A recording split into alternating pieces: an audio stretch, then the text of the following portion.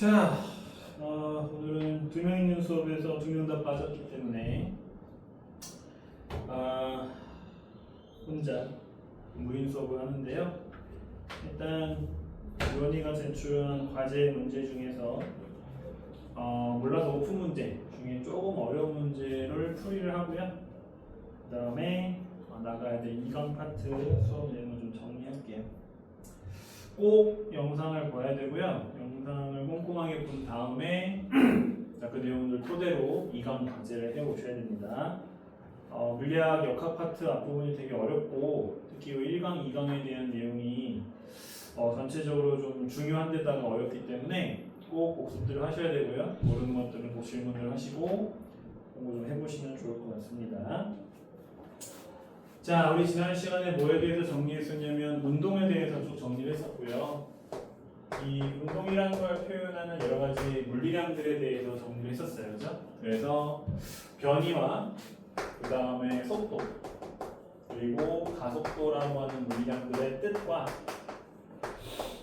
자, 이것들이 포함된 몇 가지 공식들까지 우리가 살펴봤었죠. 저는 이 물리량들의 뜻을 꼭 반드시 어떤 형태로 기억해야 된다고 생각을 하냐면 식의 형태로 기억해야 된다고 생각을 해요. 우리가 어쨌든 물리 문제들은 전부 다 방정식을 기준으로 하는 풀이형 문제들을 다 포함하고 있기 때문에 우리가 단순히 말로 풀어낸 뜻만을 알고 있어서는 문제를 풀 수가 없습니다. 꼭 각각을 구해낼 수 있는 공식, 수식을 기본적인 뜻으로 기억을 하고 자, 그것들로 여러분들이 공부들을 좀 해주셔야 돼요. 자, 그래서 변이의 경우에는 자, 나중 위치에서 처음 위치를 뺀다.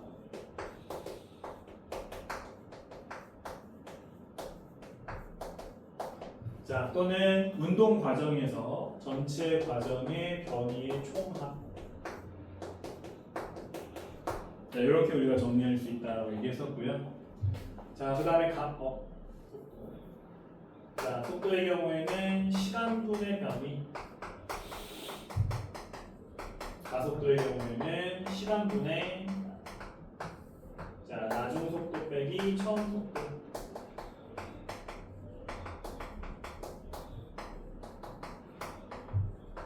자, 이제 이거 다 쓰기 귀찮으니까 우리가 자주 쓰는 기호들을 통해서 이것들을 간단하게 쓸 거예요. 자, 변이의 경우에는 S라는 기호를 많이 쓴다고 했었고요. 그래서 변이를 일반적으로 식으로 쓸 때는 S는 자, 위치를 표현하는 X 빼기 처음 위치 X 제곱 이렇게 많이 쓰는 편이고요. 속도는 V. 그래서 자, 속도 V는 시간 T분의 변이 S. 자, 가속도의 경우에는 A. 그래서 A는 자, T분의 V 빼기 V0 역시 여기 나와 있는 V0는 처음 속도라는 뜻이죠. 자, 이렇게 식의 형태로 이 값들의 뜻들을 기억해야 돼요. 그런데 이제 뜻을 기억하라고 했을 때, 공식을 기억하라고 했을 때 학생들이 이런 기호의 표현에만 매달리는 경우들이 되게 많아요. 기호는 다들 알고 있는 것처럼 그냥 단순히 여기 있는 이 말들을 간단하게 줄여놓은 줄임말이에요.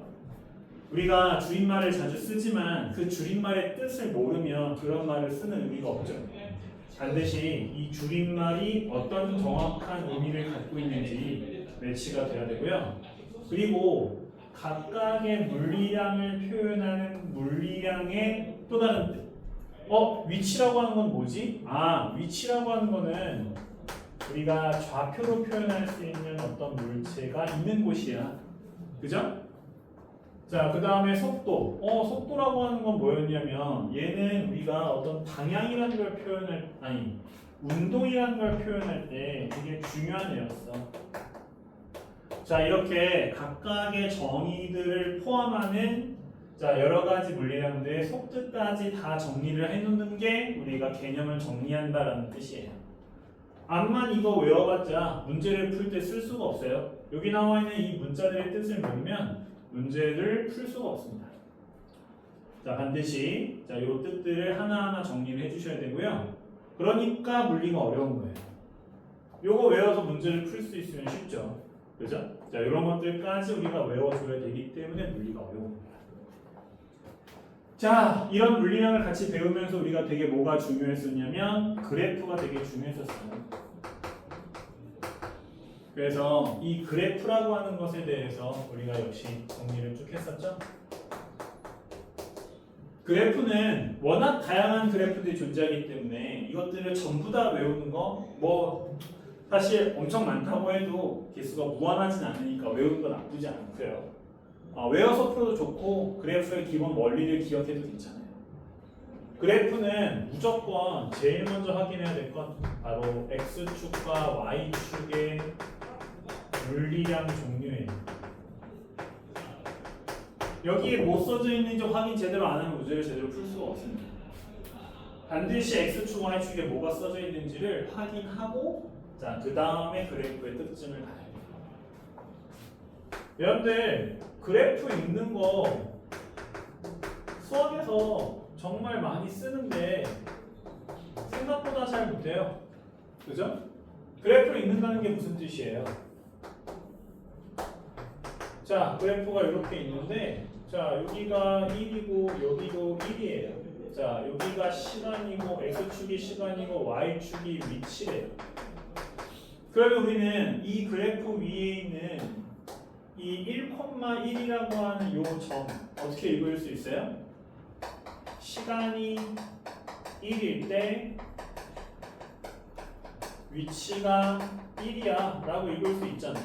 이거 우리 맨날 얘기했고 우리 중학교 때부터 그래프 배울 때마다 따졌던 것들이잖아요. 자, 요거 기본이에요. 그죠? 자, 그래프가 나왔을 때 기본입니다. 자, 그래프가 있는데 시간과 속도가 있어요. 자, 그래프가 이렇게 변하고 있어요. 자, 여기 있는 이 자, x축을 지날 때 이 점이 2래요. 2초래요.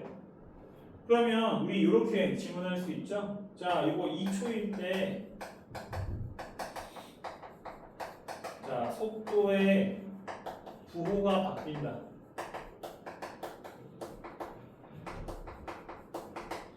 맞는 표현이죠? 왜냐면 2초 전에는 속도의 값이 플러스 값이었거든요. 2초 후에는 속도의 값이 마이너스가 됐잖아요.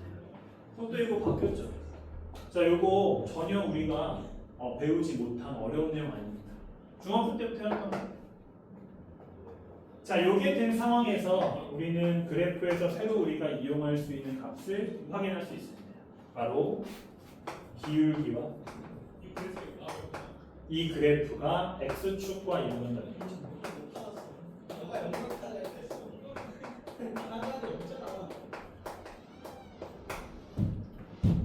자, 이 기울기의 경우에는 x축 값분의 y축 값이라는 의미를 갖고 있고요. 그래서 x축과 y축에 뭐가 써져 있느냐에 따라서 기울기의 의미가 달라졌었습니다. 가장 중요했었던 기울기는 자, 시간과 위치 그래프에서의 기울기, 속도. 자, 시간과 속도 그래프에서의 기울기, 가속도. 자, x축과 이루고 있는 넓이에서는요. 자, 속도와 시간 그래프에서 자, 변. 자, 이번에 새롭게 추가된 개념이고 지난 시간에 뭐 미적분 어쩌고저쩌고 얘기하면서 뉴턴이 도입한 개념이고 우리가 이걸 적극적으로 쓸 수 있어야 된다 이렇게 얘기했었죠? 우리한테 절대로 어렵게 계산하기 어려운 기울기와 넓이를 주지 않아요.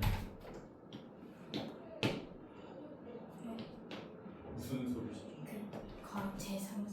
재상쌤 저기 네, 이쪽 역강이시고. 아, 역강. 네네.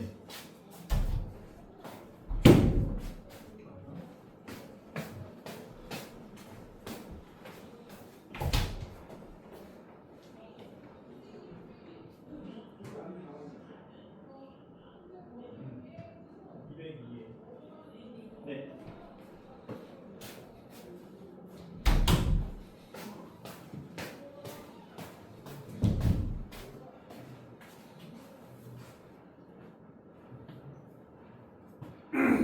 자, 그래프라고 하는 것들 잘 쓸 수 있도록 역시 정리해 보셔야 되고요.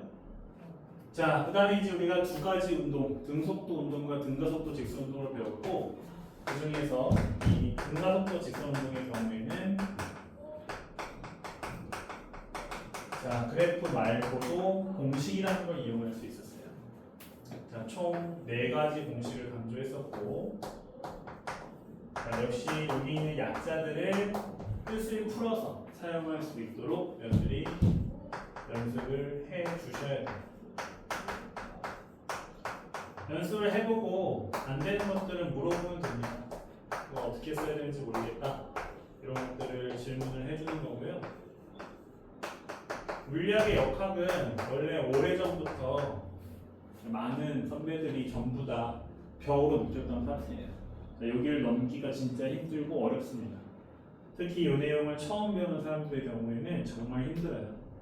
그래서 당연히 처음에는 뭔 소리인지 잘 모르겠고 분명히 외웠다고 생각했는데 어떻게 쓸지 모르겠고 자, 문제들이 잘 안 보일 수 있습니다.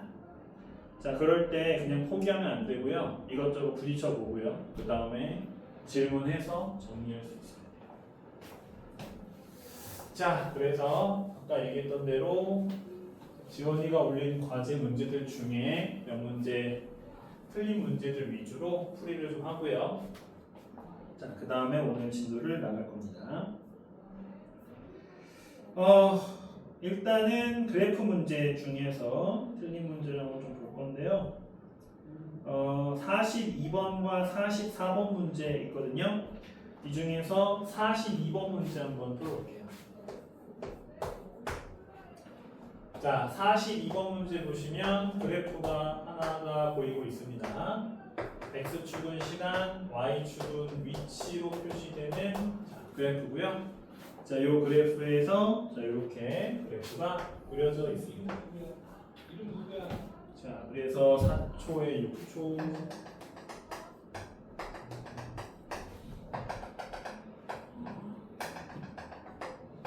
자, 이렇게 위치가 써져 있죠? 자, 일단 그래프가 나왔으니까 이 그래프에서 우리가 얻을 수 있는 걸 파악하기 위해 제일 먼저 뭐 해줘야 되냐면 X축과 Y축 확인해 주는 겁니다. 자, 시간과 위치가 나왔죠? 자, 그러면 우리는 이 그래프에서 기울기가 뭐라는 걸 바로 기억해낼 수 있어야 되냐면 시간분의 위치 변화, 속도라는 걸 바로 생각해낼 수 있어야 돼요. 자, 거기에다가 이 기울기는 종류가 2개가 있다고 했었죠? 평균 기울기와 순간 기울기. 평균 기울기는 9점 사이의 기울기, 순간 기울기는 한 점에서의 접선의 기울기.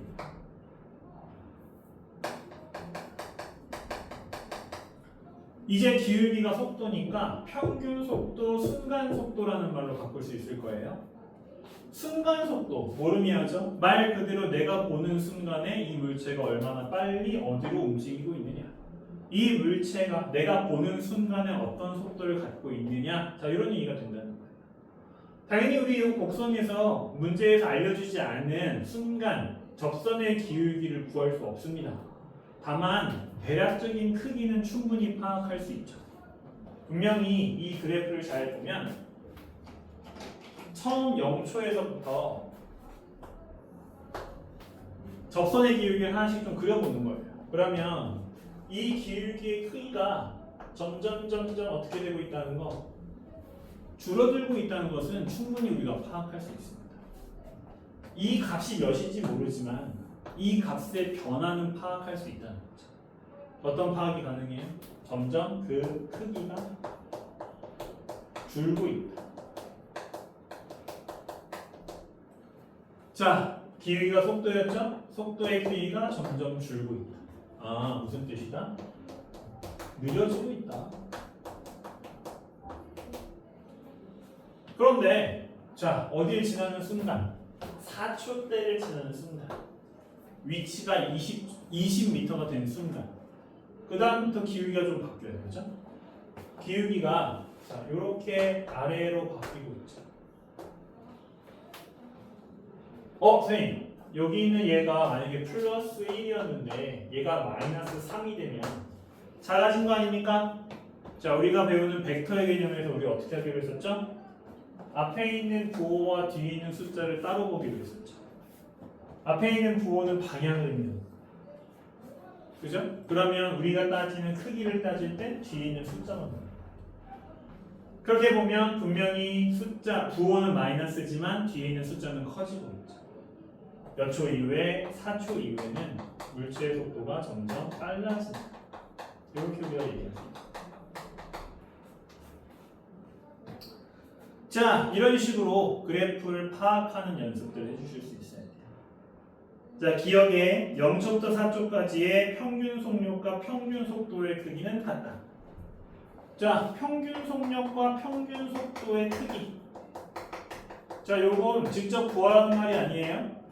바로 이 둘이 같은 경우를 생각해내라 이런 말이 되는 거죠.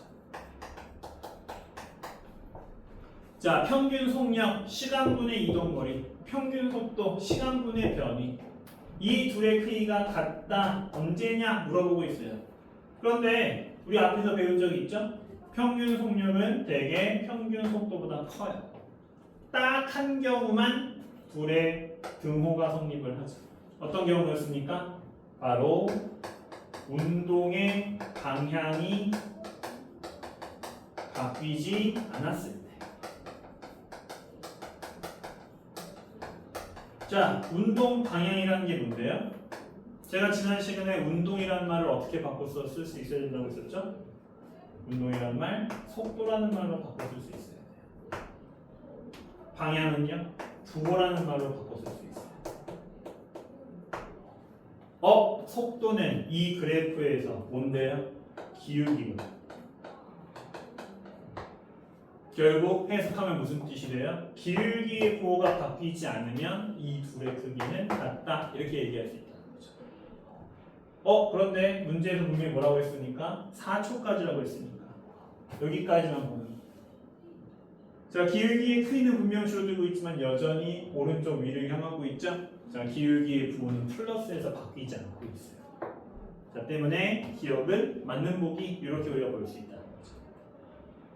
자, 물리학이 외우지 않아도 풀 수 있는 과목이라는 생각은 버려야 됩니다. 물리학은 꽤 많은 내용을 알고 있어야 돼요. 외우지 않으면 문제를 풀 수 없어요. 운동 방향이라는 말을 기울기의 부호로 바꿔 쓸 수 있어야 되고요. 언제 평균 속력과 평균 속도의 크기가 같아질 수 있는지, 어떨 때 다른지를 구분해서 암기하고 있어야 돼요. 이런 걸 외우지 않고 문제를 푸는 건 불가능합니다. 니은의 0초부터 6초까지의 변위의 크기. 자, 우리 변위의 크기 어떻게 구했었죠? 자, 처음과 나중 사이의 위치의 변화. 나중이 언제인데요? 여기 있는 6초잖아요. 그죠? 자, 6초일 때 위치 16. 처음이 언제죠? 0초. 위치 0. 따라서 변위의 값은 나중 위치 빼기 처음 위치. 디귿. 자, 0초부터 6초까지 운동 방향을 변하지 않는다. 방금 얘기했죠? 운동의 방향 뭐예요? 기울기의 부호. 자, 기울기의 부호가 바뀌지 않니? 물어보고 있죠? 언제 바뀌었어요? 4초일 때 기울기의 부호가 오른쪽 아래를 향하면서 마이너스로 바뀌었어요. 리을 0에서 6초까지의 평균 속력. 자, 0에서 6초까지의 평균 속력. 원래 평균 속력은 어떻게 구하기로 했었죠? 시간분의 이동거리를 구하기로 했었죠? 자, 이동거리 어떻게 구해줘야 돼요? 바로 운동의 각 구간에서 물체가 움직인 거리들의 총합을 써주면 돼요. 시간이 6초 걸렸는데 이 물체의 운동을 보면 처음에 20m만큼 움직인 다음에 20에서 16까지 4m를 추가로 움직였죠.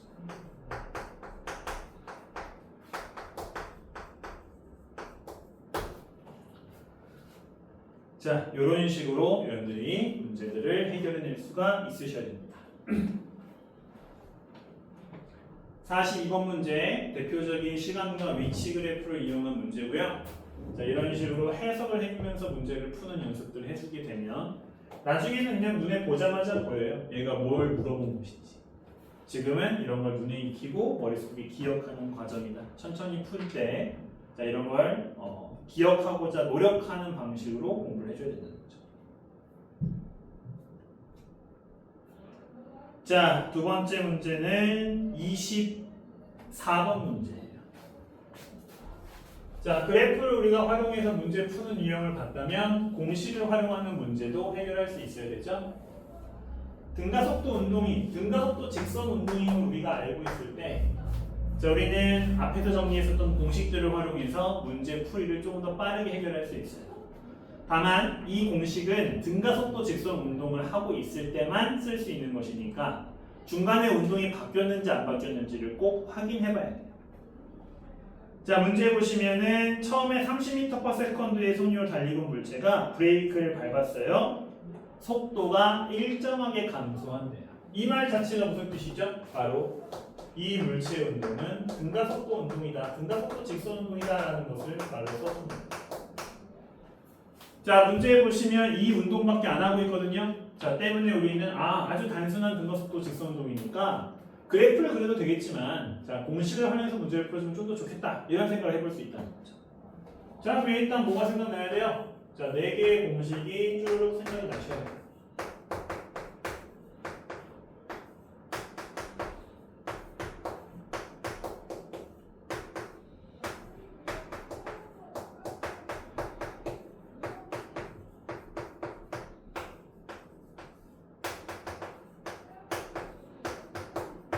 자, 그 다음 뭐 해야 되죠? 자, 그 다음 여기 있는 애들 중에 내가 알고 있는 게 뭔지, 문제에서 주어진 조건이 무엇인지를 먼저 확인을 해주시죠. 자, 문제를 읽어보면 문제에서 보면 뭐라고 하고 있었냐면 자동차가 30m/s의 속력으로 달리고 있었다는 말 나와 있어요. 자, 원래 달리고 있었으니까 이것은 처음 속도가 되는 것이고요. 이 처음 속도에다 우리가 30m/s를 대입을 해줘야 된다 라는 것을 우리가 확인할 수 있다는 거죠.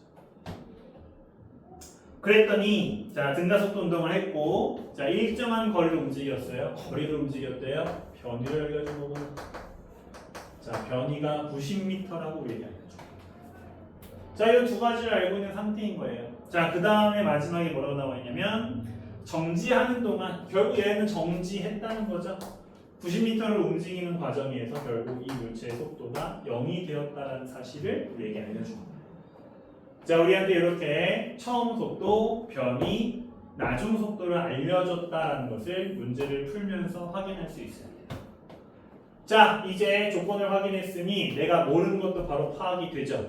나는 옆에 있는 식 중에 가속도 A와 물체가 운동한 시간 T를 알 수 없어요. 당연히 이 둘 중에 하나를 혹은 둘 모두를 구하라고 하겠죠. 이제 옆에 있는 식에다가 어떤 식을 골라 어떤 값을 대입해야 내가 원하는 걸 빠르게 구할 수 있는지 생각해봅니다. 자, 바로 1번에 자동차가 운동하는 동안의 평균 속도. 이 평균 속도 굉장히 강조했어요. 평균 속도의 원래 뜻은 시간분의 전체 이동 거리, 전체 변인데, 우리는 얘를 앞에 있는 공식을 활용해서 어떻게 쓸 수 있다고 했냐면 2분의 그게 맞아. 누구 선생님, 누구 수업이시죠? 저 윤재성 선생님. 202. 네.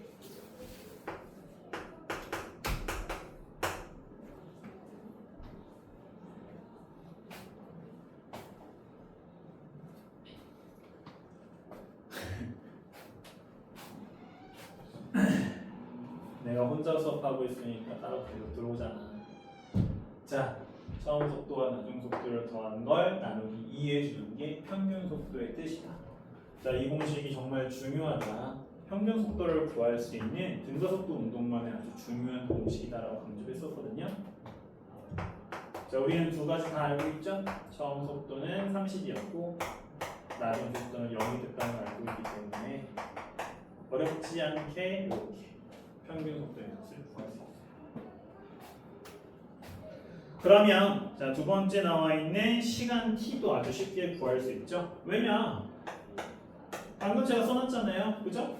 평균 속도의 원래 뜻은 전체 시간분의 변이다. 근데 우리 이 변이가 몇이라는 거 알고 있거든요. 90m라는 거 알고 있거든요. 위에 있는 식에 따르면 이 90m라는 전체 변이는 평균 속도의 시간을 곱한 거거든요. 근데 방금 우리가 1번에서 평균 속도가 15임을 구했거든요. 당연히 시간 t는 6초가 되겠죠.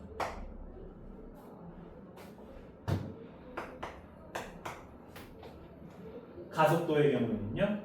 자, 가속도의 뜻이 뭡니까? 시간 변화분의 속도 변화죠. 원래 가속도의 정의잖아요, 그죠? 속도 변화라는 건 뭔데요? 나중 속도에서 처음 속도를 뺀 거잖아요. 자, 중앙은 위에서 우리 시간 구했고요. 나중 속도와 처음 속도는 우리 계속 쓰고 있었죠. 바로 가속도의 값이 나오죠. 문제에서 뭘 구했죠? 이 가속도의 크기를 물어봤죠. 그러니까 뭘 빼서 대답을 해줘야 돼요? 마이너스 부호를 뜻하는 부호는 빼서 대답을 해줘야 되겠죠. 자, 여기에 등가속도 직선 운동임을 알고 있는 상황에서 우리가 문제를 해결할 수 있는 대표적인 풀이 방식입니다. 자, 방정식을 구성하지만 않으면 아주 간단하게 풀리죠. 물론 이렇게 간단한 문제는 우리가 학기 중에는 실제로 잘 못 만날 거예요.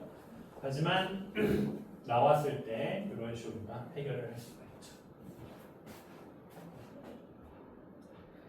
자, 마지막으로 35번부터 37번 문제를 풀어볼게요.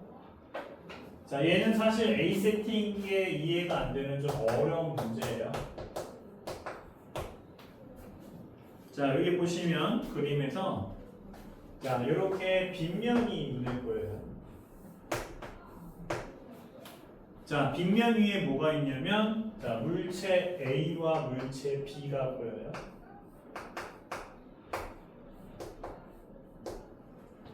자, 이 물체 A가 물체 AB가 빗면을 따라 운동을 하고 있습니다. 자, 그래서 얘네들이 어떻게 됐냐면 이렇게 같은 이 선을 지나가고 있는 모습이 보여요. 자, 문제에서 뭐라고 했냐면 출발은 누가 먼저 했냐면 A가 먼저 했어요. 자, A를 P에 가만히 놓았고요.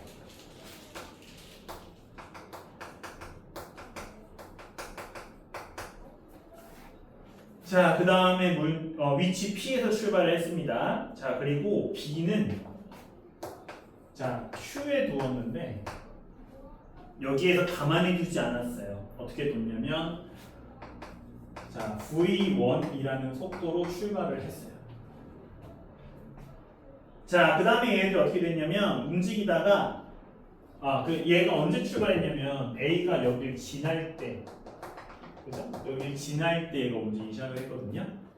그래서 출발하는 시간에 A와 B는 같은 위치로 출발한 거예요. 그래놓고서 이제 얘네들 어떻게 됐다? R에 동시에 도착했어요.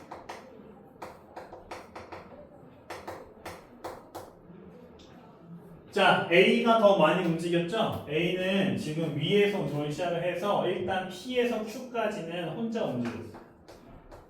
그 다음에 Q에서 R까지는 B와 함께 움직여서 결국 R에 같이 도착을 했습니다. 자, A의 운동과 B의 운동에서 일단 첫 번째로 알아야 될 것, 빗면 위의 운동 그리고 중력의 영향을 받아 물체가 떨어지는 운동은 자, 물체의 질량에 상관없이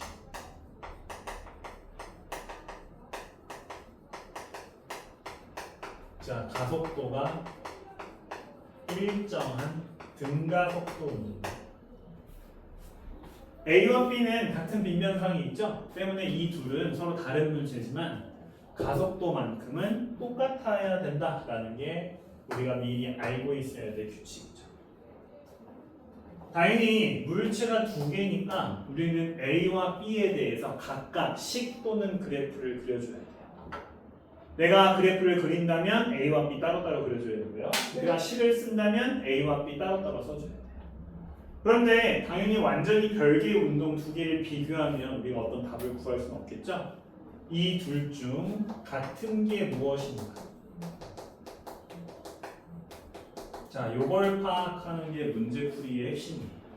A와 B 같은 게 무엇이냐? 우린 하나 알았죠. 뭘 알았어요? 자, P에서 Q까지는 A 혼자 움직였지만 Q에서 R까지는 분명 둘은 같이 움직였죠. 그리고 그때까지 시간이 같다는 것도 우리가 확인을 했죠. 우리는 Q부터 R까지의 시간이 A와 B가 같다라는 사실이 나와 있다는 것을 확인할 수 있어요. 식을 세울 때 이게 기준이 될 수 있어야 된다. 이런 얘기가 됩니다. 자, 그리고 그림을 잘 보면 자, 문제의 조건 몇 가지가 써져 있습니다. 결국 A는 혼자 몇 미터로 움직였냐면 자, P에서 Q까지 전체 3m, Q에서 R까지 전체 9m, 총 10m로 움직인 거고요. B의 경우에는 Q에서 R까지만 움직였죠? 바로 9m를 움직였어요.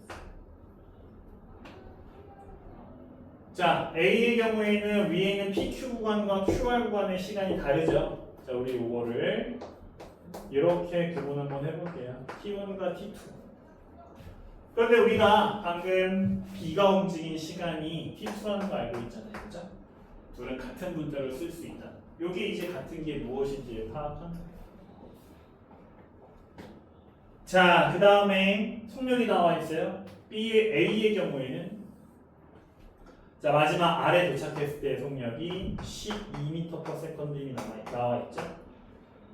자, B의 경우에는 처음 출발할 때와 나중에 도착할 때의 속도를 알려주지 않았고 이때의 속도를 각각 V1과 자, V2로 표현을 했어요.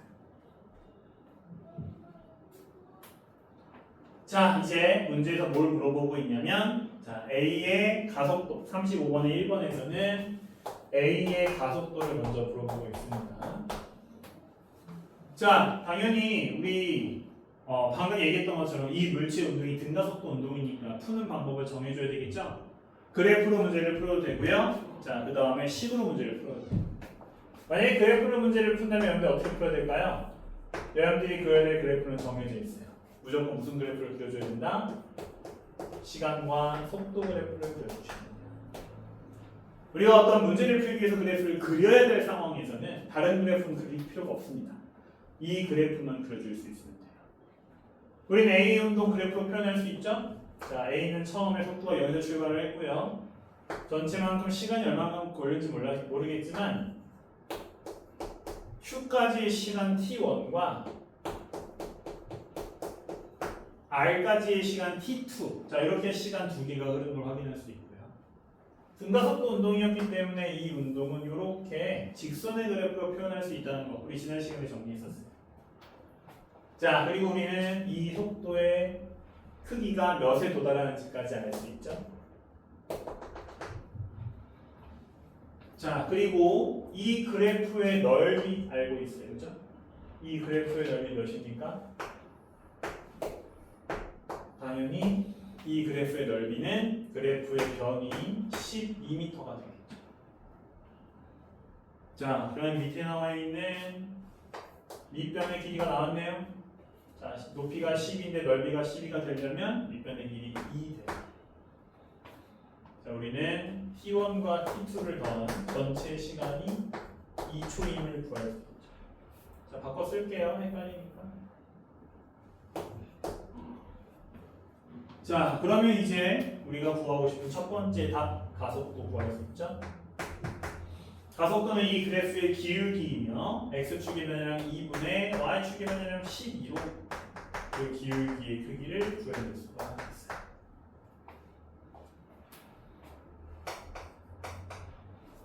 자, 그러면 가로 2번도 바로 문제 풀 수 있겠네요. 자, 문제에서 평균 속력 구하라고 했어요. 우리는 아까 앞에 있는 문제에서 평균 속력을 쉽게 구하는 방법 정리했죠?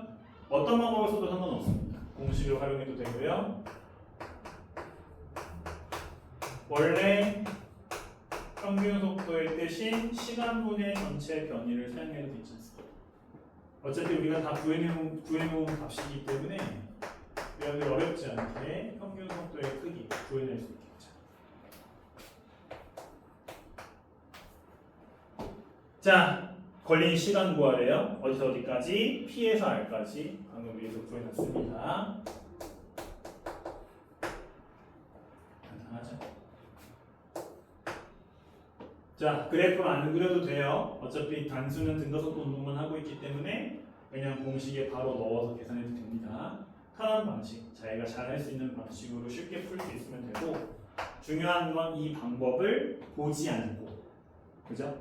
앞에 걸 뒤져보지 않고 머릿속에서 끄집어내서 풀 수 있는지를 확인하셔야 돼요. 36번에 자, A와 B의 가속도는 같다. 자, 요거는 항상 기본입니다. 앞으로 빗면 위에서의 운동, 중력의 영향을 받는 운동은 질량에 상관없이, 물체와 상관없이 항상 가속도가 같다. 이 가속도가 일정하다. A가 P에서 Q까지 이동하는 동안의 시간. 자, P에서 Q까지라고 하는 것은 문제에서 나왔었던 자, 여기 자, 요 3m를 움직이는 구간에서의 시간이에요. 자, 우리 그래프 그려놨으니까 그래프 한번 활용해 볼까요? 바로 여기 제가 T1이라고 정한 요 시간까지 자, 요렇게 움직일 때까지의 시간을 구하라고 했어요. 근데 우리 요 넓이가 몇입니까? 요 넓이 몇이죠? 바로 변이 3이죠. 여기 나와 있는 이 큰 빨간색 삼각형과 파란색 삼각형이 넓이의 비가 나왔죠? 1대4라는 넓이 비가 나왔어요. 우리 중학교 때 이런 거 한번 배운 적 있었죠? 닮은 비의 제곱은 넓이의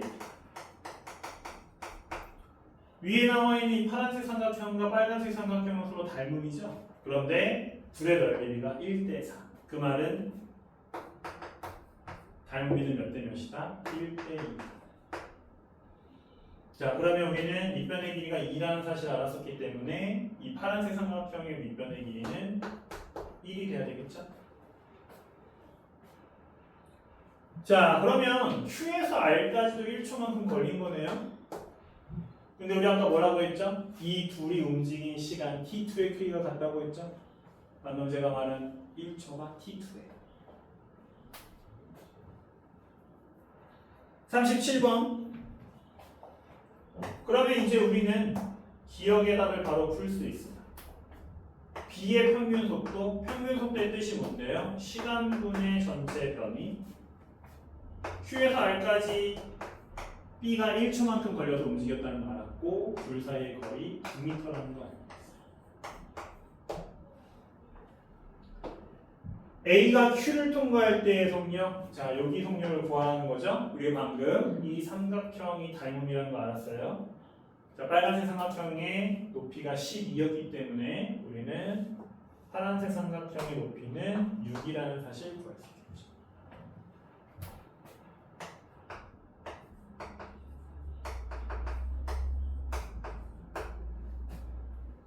자, V1과 V2를 구하래요. 그런데 우리 뭐 알고 있냐면 A와 B가 같은 위치에서 동시에 출발을 했고 둘이 동시에 도착을 했고 둘이 움직인 거리가 같아요. 당연히 이 운동 가속도도 똑같잖아요. 그렇죠? 그러기 위해서는 어떤 운동을 해야 되겠어요? 둘이 동일한 운동을 해줘야 되겠죠? 우리는 자, B의 처음 출발할 때의 속력이 A의 Q에서의 속도, 도착할 때의 속도가 A의 R에서의 속도라는 사실을 알 수 있고요.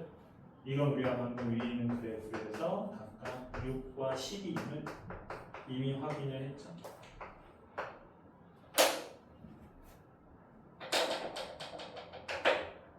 자, 이런 식으로 문제 해석을 잘 할 수 있다면 문제를 좀 더 쉽게 풀어낼 수가 있다. 하지만 이런 해석이 처음 보는 친구들이 쉽게 할 수 있는 해석은 아니기 때문에 당연히 어려운 문제가 많습니다. 어려운 문제가 많고 틀릴 수 있는데 꼭 연습해 보시고요.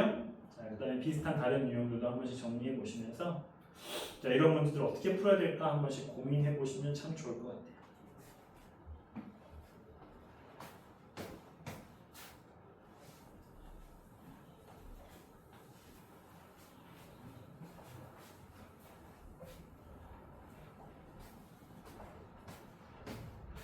자, 이렇게 문제를 풀고 여러분들이 테스트를 보셨다면 이제 2강 내용을 봐야 되는데요. 1강 못지않게 어떻게 보면 2강이 훨씬 더 어렵습니다. 우리가 역시 알아야 될 내용이 많고요. 그 다음에 계산 문제, 어려운 문제 유형들이 많이 있어요. 오늘 두 분이 안 와서 나름 시간적 여유가 좀 있으니까 제가 기본 개념 정리를 한 다음에 뒤에 나와 있는 문제 유형 몇 가지를 집어서 같이 한번 풀어볼게요. 자, 여러분들이 한번 집에서 꼭 보시고 한 번씩 따라 해보시면서 연습해 보시고요. 역시 모르는 문제들은 꼭 질문들 하셔서 해결할 수 있도록 해주면 참 좋겠습니다. 제발 그려주시기 바랍니다. 자, 2강 내용은 뉴턴 운동 법칙입니다. 이미 알고 있는 사람들도 있을 수 있지만, 자, 뉴턴 운동 법칙의 핵심은 힘이에요.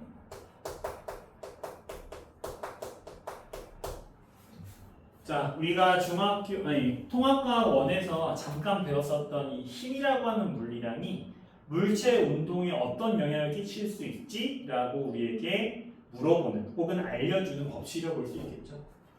자, 그래서 우리는 먼저 뭘 파악할 수 있었냐면 이 힘이라는 게 무엇인지를 먼저 파악할 수 있습니다. 힘은 우리가 앞에서 배웠었던 다른 물리량들과 마찬가지로 역시 벡터입니다. 그래서 이 힘이라고 하는 애는, 자, 얘도 역시 방향과 크기를 갖고 있어요. 또 앞에서 우리가 배웠었던 다른 벡터들처럼 무엇으로 표현할 수 있냐면 화살표로 표현할 수 있습니다. 모든 벡터의 공통점이에요. 그런데 다른 벡터가 갖지 않는 아주 중요한 차이점 한 가지를 갖고 있습니다.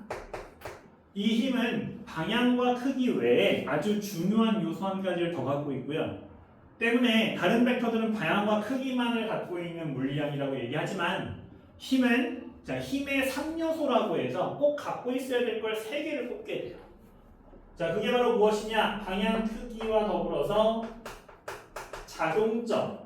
말 그대로 이 힘이 어떤 물체, 나중에는 어떤 위치에 가해지고 있느냐라고 하는 그 지점을 얘기하는 거예요.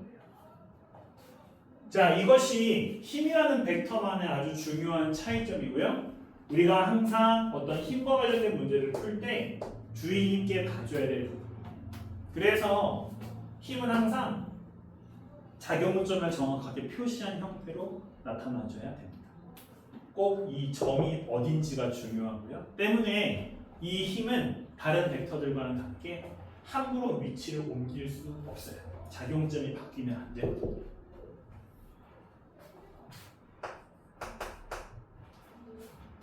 자, 우리는 이 힘이라고 하는 것을 이용해서 물체의 운동을 따져볼 거거든요. 그런데 우리가 문제를 풀다 보면 한 물체에, 자, 여러 개의 힘이 동시에 작용하는 경우들을 보시게 될 거예요. 자, 이런 식으로 오른쪽으로 3, 오른쪽으로 5, 왼쪽으로 2만큼의 힘이 작용하는 이런 경우가 있다고 한번 해봅시다. 그러면 이 힘들의 효과는 어떻게 나타날까요? 자, 이 힘들의 효과는 당연히 각각이 물체에 영향을 끼치지 않는 거예요.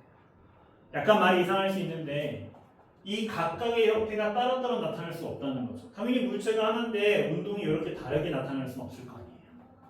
이 물체는 이 여러 가지 힘들의 효과가 합쳐진 형태로 운동의 변화가 나타날 거예요. 자, 우리는 이 힘들을 하나로 합쳐서 이 물체에게 실질적인 효과가 어떻게 나타나는지를 구해줘야 된다.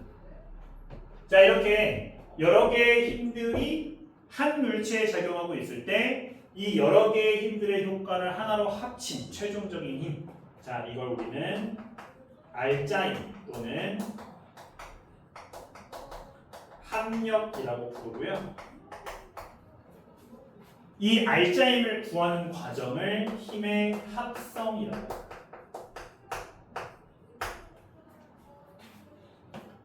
자, 어떻게 하면 되느냐? 우리 교과서나 참고서에는 되게 이걸 복잡하게 설명하는데 하나도 복잡할 게 없습니다. 뭐만 해주면 되냐? 바로 방향만 표시해 줄 수 있으면 돼요. 우리가 항상 방향을 뭐로 표현하기로 했었냐면 플러스와 마이너스 부호로 표현하기로 했었죠? 자, 우리 뭐만 붙여주면 된다?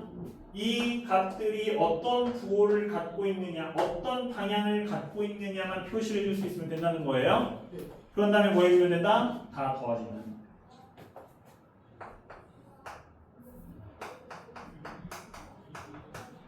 방향을 부호로 바꾸어서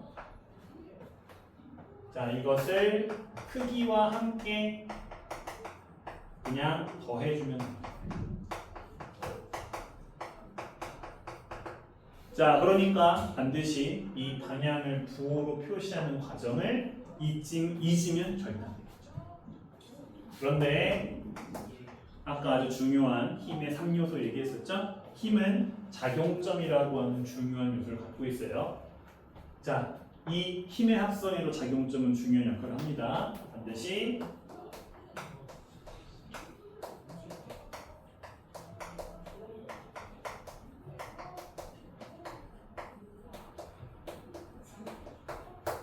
작용점이 같은 힘끼리만 힘의 합성을 할 수 있어요. 서로 다른 작용점을 갖고 있는 힘들은 절대로 더할 수 없습니다. 자, 이게 힘의 합성의 가장 중요한 규칙이에요. 당연한 얘기죠. 서로 다른 물체, 여기 떨어져 있는 물체가 있고 이 물체가 다른 힘을 받고 있어요. 그런데 자, 요 오른쪽에 있는 물체가 받는 요 4N이라는 힘이 얘한테 영향을 줄 수 있나요? 당연히 영향을 줄 수 없죠. 당연히 작용점이 같은 힘들끼리만 합성할 수 있고 그 힘들만 그 물체에게 영향을 끼칠 수 있다. 자, 이게 힘의 합성의 규칙. 자, 이렇게 힘을 합치다 보면 어떤 경우가 나타날 수 있어요? 더해진 힘들의 총합이 전체 합력이 몇이 되는 0이 되는 일이 일어날 수 있습니다. 자, 이렇게 모든 힘을 더했을 때 알짜임의 크기가 0이 되는 상태. 우리는 이 상태를 뭐라 부른다? 힘의 평형 상태라고 부른다는 거예요.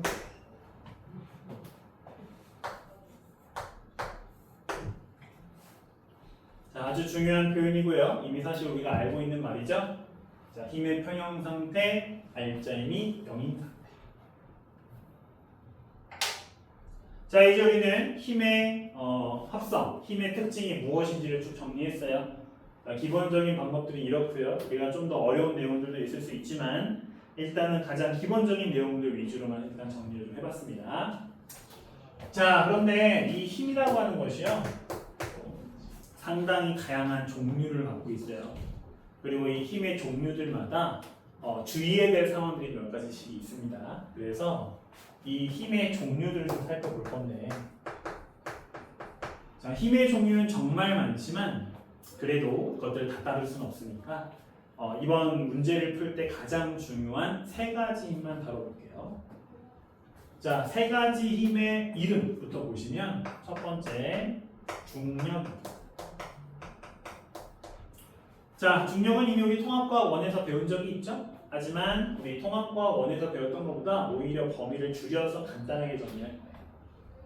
자, 중력은 자, 반드시 지구가 주는 힘이에요. 이거 생각보다 중요한 겁니다. 자, 우리가 지금부터 다루는 중력은 무조건 지구가 주는 힘이에요. 자, 당연히 지구 위에 어떤 우리가 관심 있는 물체에게 힘을 주겠죠. 자, 작용점은 물체에게 있어요. 이게 작용점.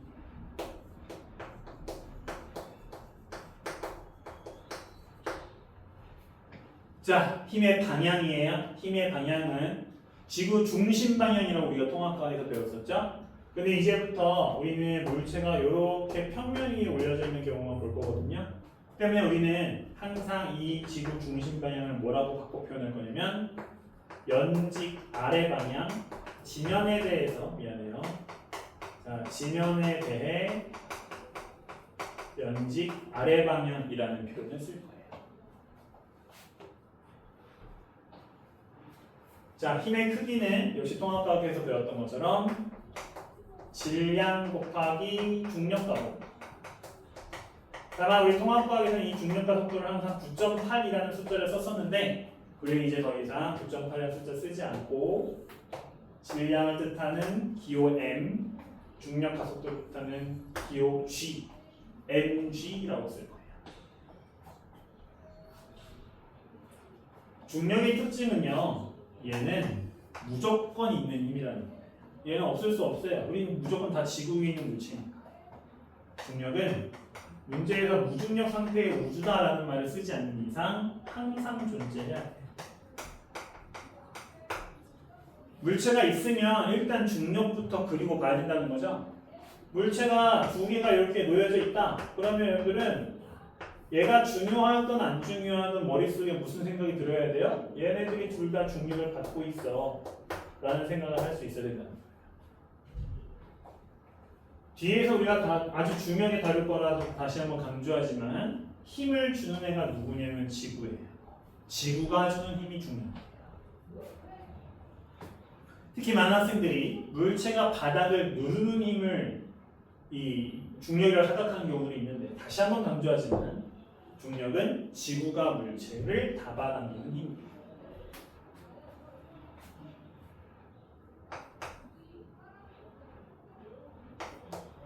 자, 두 번째 힘은 우리가 소위 장력이라고 부르는 힘입니다.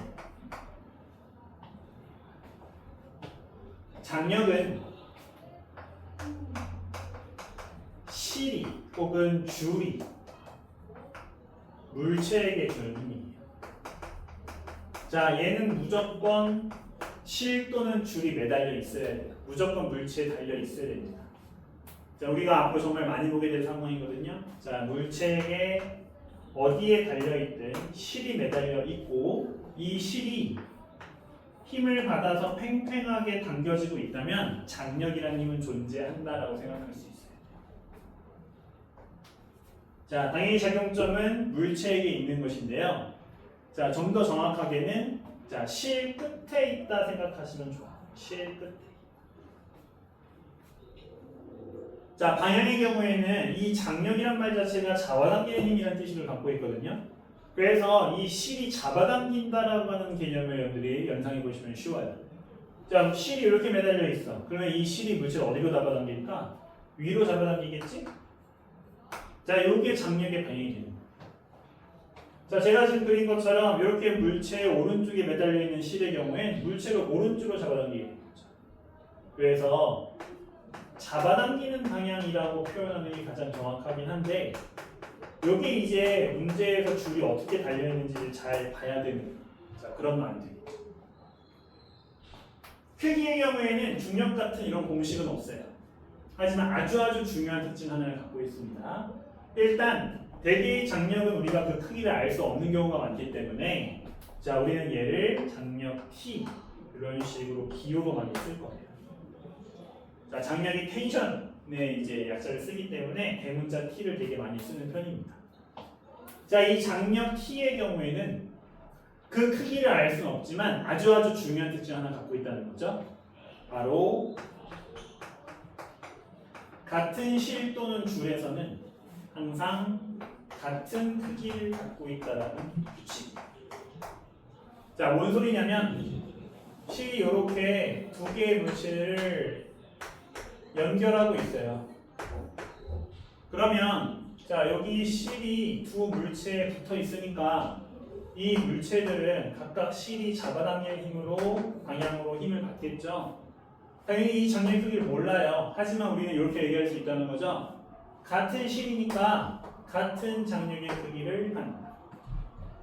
조심하셔야 될 것은 이 두 힘은 작용점이 달라요. 왼쪽에 있는 장력은 왼쪽 물체에, 오른쪽에 있는 장력은 오른쪽 물체에 작용하는 힘이에요. 자, 얘네들을 함부로 더하면 안 된다는 거죠. 특히 같은 실의 경우에는 어떤 문제가 정말 잘 나오냐면 도르래가 정말 잘 나와요. 어떤 도르래에 실을 걸어놓고 물체를 이렇게 매다는 거죠. 그러면 여기 있는 이 실은 도르래에 매달려 있어서 이렇게 방향이 달라 보이는 거지 같은 실. 이 두 개의 같은 실은 같은 크기의 장력으로 물체를 당겨줘요. 자, 이번 단에서 정말 중요하고 자주 나오는 상황이고, 자, 이 상황을 이해할 수 있어야 문제가 잘 해결이 될 수 있어요. 장력은 중력만큼이나 정말 자주 나오는 힘이기 때문에 꼭 기억하고 있어야 돼요.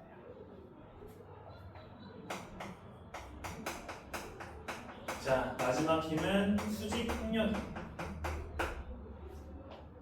수직항력이란 말 자체를 요즘 잘 안 써요. 자, 이 수직항력의 말 자체가 무슨 뜻을 갖고 있냐면요. 자, 서로 맞닿은 물체, 서로 닿아 있는 물체가 자, 서로에게 수직 방향으로 밀어내는 힘이란 뜻이에요.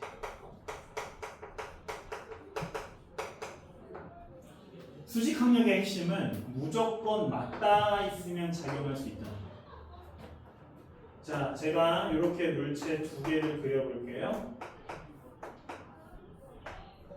자, 여기 보시면 맞닿아 있는 면들이 생기죠. 일단 어디 생겼죠? 두 물체 사이에 맞닿은 면이 생겼죠.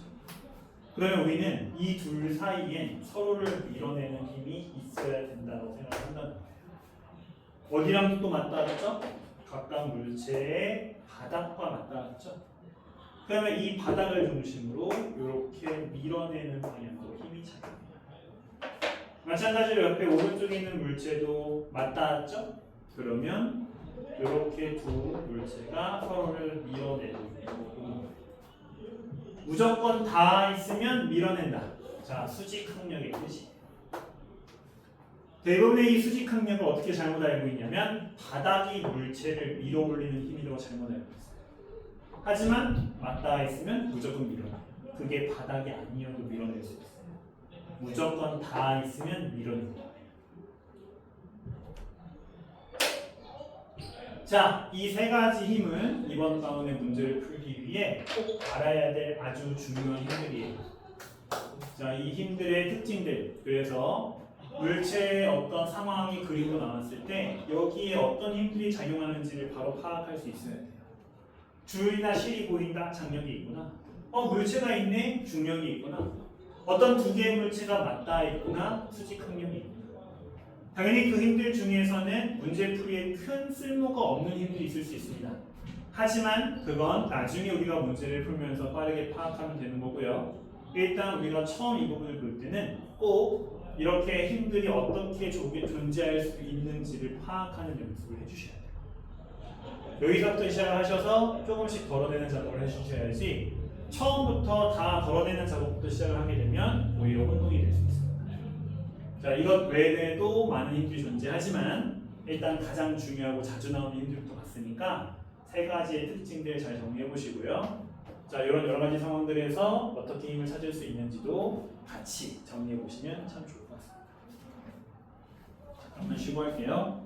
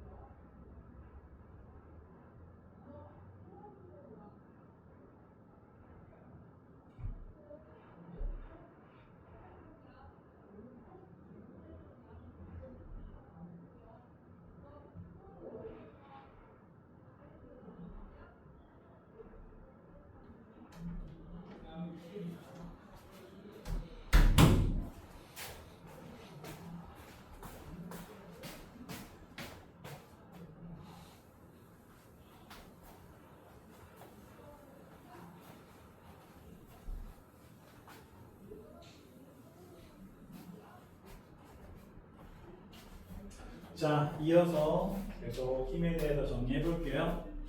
자, 우리 힘의 기본적인 특징, 그 다음에 힘의 종류 봤고요. 이제 뉴턴 운동 법칙 볼 거예요.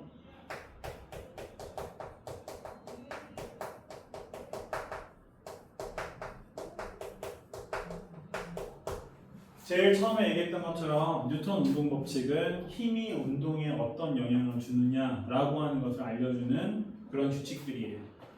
힘이라고 하는 것을 우리가 이미 통합과학이나 중학교 때 뜻을 배워왔었어요. 우리가 중학교 때부터 배웠었던 힘의 뜻 무엇이었냐면 힘은 물체의 모양이나 운동 상태를 변화시키는 원인이다.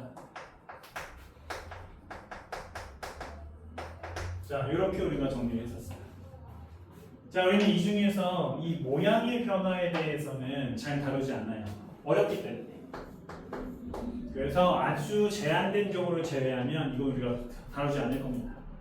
우리 뭐에 대해서 다룰 거냐면 운동 상태의 변화에 대해서만 다룰 거예요. 그런데 앞단어에서 제가 계속 이 운동이라고 하는 말을 어떻게 해석해야 된다라고 강조를 했었어요.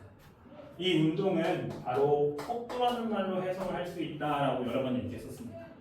자, 계속 얘기할 거고 여러분들 좀 기억해 주셔야 돼요. 자, 운동은 속도예요. 그러면 운동 상태의 변화라는 말은 속도의 변화라는 말이 되는 것이고요. 속도의 변화를 표현하는 물리는 바로 무엇이다? 가속도예요. 결국 우리는 한마디로 요약할 수 있죠. 힘은 가속도를 만드는 원인이다 라고 볼 수 있다는 거죠. 자, 그러면 이제 통합과학 때부터 계속 얘기했었던 자, 힘과 가속도의 관계를 다시 한번 얘기할 차례가 되는 거죠.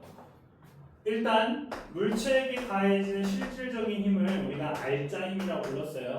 당연히 물체의 운동의 변화를 일으키는 것도 알짜 힘일 거예요.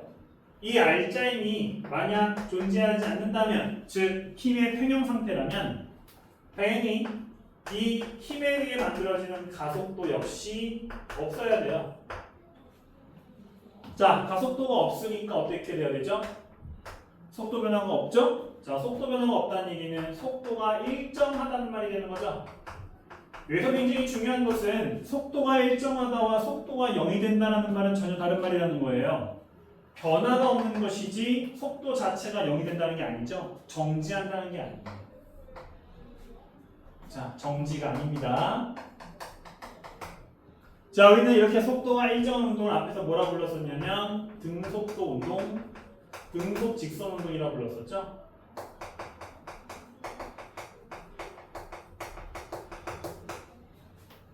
자, 이게 뉴턴이 말하는 힘과 운동의 관계예요. 힘이 없다? 물체는 등속 직선 운동을 해야 한다. 그러면 당연히 힘이 0이 아니라면 당연히 가속도도 0이 아닐 거고요. 그러면 당연히 속도는 변화할 것이고요. 그러면 우리는 얘를 더 이상 등속도 운동에 말할 수 없죠? 자, 우리는 속도가 변하는 운동 전체를 뭐라고 얘기할 거예요? 가속도 운동이라고 얘기할 거예요. 근데 역시 여기서 착각하시는 분들이 있습니다. 힘이 0이 아니야? 그럼 우리 앞에서 배웠었던 등가속도 운동이네? 그런데 등가속도 운동은 가속도가 일정하다는 뜻이에요. 여기 어디에도 일정하다는 말 없어요. 가속도가 일정하다고 말할 수 없습니다. 가속도가 일정하려면 어떻게 돼야 돼요? 당연히 힘이 일정해야죠. 그래야 가속도 역시 일정하다고 얘기할 수 있고. 자, 그러면 우리는 이 운동이 등가속도 운동이라는 얘기입니다. 자, 이런 식으로 힘과 운동의 관계에 대해서 정리한 것이 바로 뉴턴의 운동 법칙입니다. 자, 뉴턴은 이 운동의 관계를 설명하기 위해서 물체의 성질이라는 걸 도입했어요. 바로 여러분들도 한 번씩 들어보셨을 관성이라고 하는 것을 도입을 했습니다. 관성. 자, 우리가 뭐라고 알고 있냐면 물체의 운동 상태를 유지하려는 성질이에요. 그런데 이게 왜 필요하냐? 뉴턴이 이렇게 얘기한 거죠. 야, 왜 물체가 힘을 안 받으면 계속 운동을 하지? 그건 물체가 운동을 유지하려는 성질을 갖고 있기 때문이야. 이 관성 때문에 물체가 계속 운동을 하는 거야. 멈추지 않고. 이렇게 설명을 했다는 거죠. 자, 그래서 관성의 뜻은 운동을 유지하려는 성질이에요. 자, 얘 때문에 힘이 없어도 운동을 할 수 있다라고 얘기하는 거예요. 자, 관성의 크기도 가장 중요한 것은 관성의 크기는 오직입니다. 물체의 질량에만 비례한다는 요 관계예요. 자, 그 어떤 값하고도 상관없어요. 오직 누구하고만 질량하고만 관계 있어요.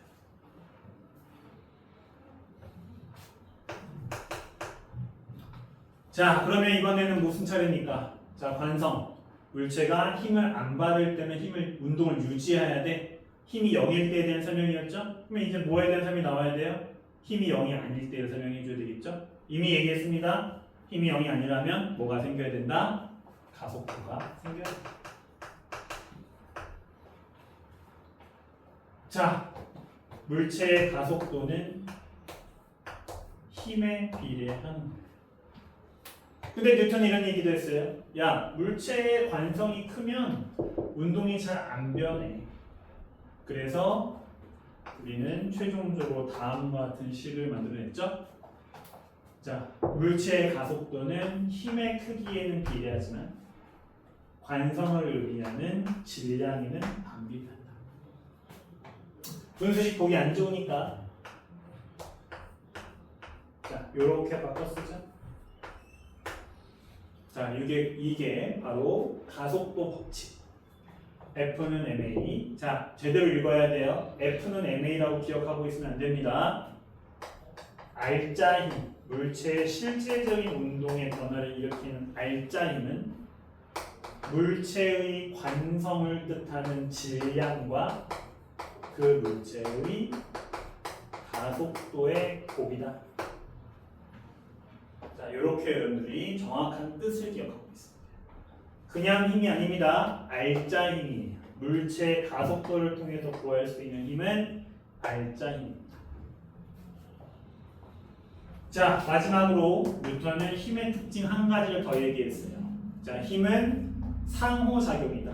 상호작용 무슨 뜻입니까? 서로가 서로에게 영향을 줘야 된다는 거예요. 우리가 앞에서 뭐에 대해서 쭉 정리했었냐면 힘의 종류를 얘기할 때 누가 누구에게 힘을 주고 있다는 말을 계속 붙였어요. 그러면 이 상호작용이 되기 위해선 힘을 주는 애와 힘을 받는 애 사이에 어떤 관계가 성립을 해야 된다는 거죠. 자, 그 세 번째 상호작용의 특징을 알려주는 법칙이 바로 작용-반작용 법칙이고요. 정말 중요한 규칙이죠. A가 B에게 힘을 주는 상황이 생길 수 있어요. 자, 여기다 옆에다 그리면 자, A와 B가 이렇게 붙어 있어요. 제가 아까 얘기했던 것처럼 둘이 붙는 순간 뭐가 생긴다고 했냐면 수직항력이라는 힘이 생긴다고 했죠. 이 힘은 A가 B에게 주는 힘이에요. 여기에서 여러분들은 이 말을 보고 아, 작용점이 B에게 있구나 라는 것을 바로 파악할 수 있으셔야 돼요. 그런데 이때 A는 힘을 안 받느냐? 아니라는 거죠. 반드시 힘을 받게 되고요. 그 힘은 누가 주느냐? 바로 힘을 받고 있는 상대방 물체가 준다는 거예요. 반드시 B가 A에게 이렇게 힘을 줘야 된다.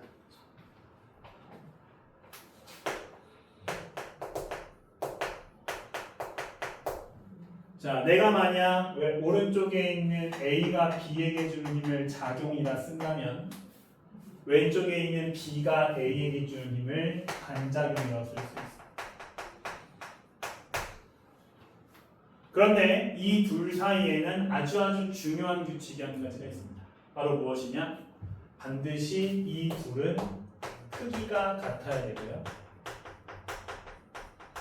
방향은 반대여야 됩니다. A가 B에게 주는 힘을 우리가 구해봤던 얘가 예를 들어 4N이었다. 그러면 반드시 왼쪽 방향으로 B가 A에게 주는 힘도 4N이 됩니다.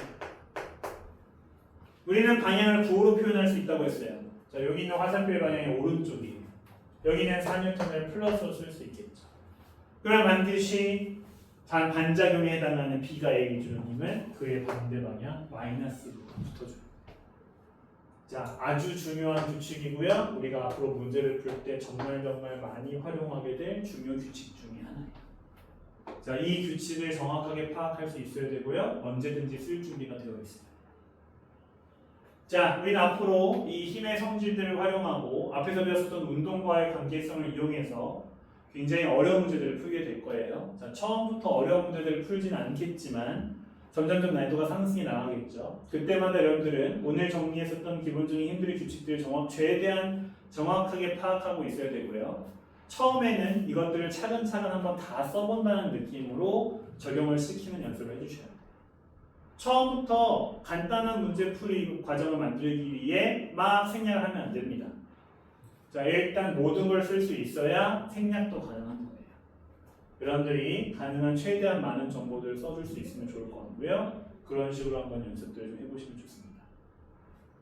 여러분들이 어떤 문제를 만났어요? 이제 여러분들은 일단 제일 첫 번째 단계로 힘의 종류를 파악해야 됩니다. 이번 단원에서는 세 가지 힘이 주로 나오게 될 거예요. 중력, 장력, 수직학. 자, 여러분들은 이 힘의 종류를 파악을 할 때 반드시 방향과 크기와 더불어서 작용점 역시 정확하게 파악할 수 있어야 됩니다.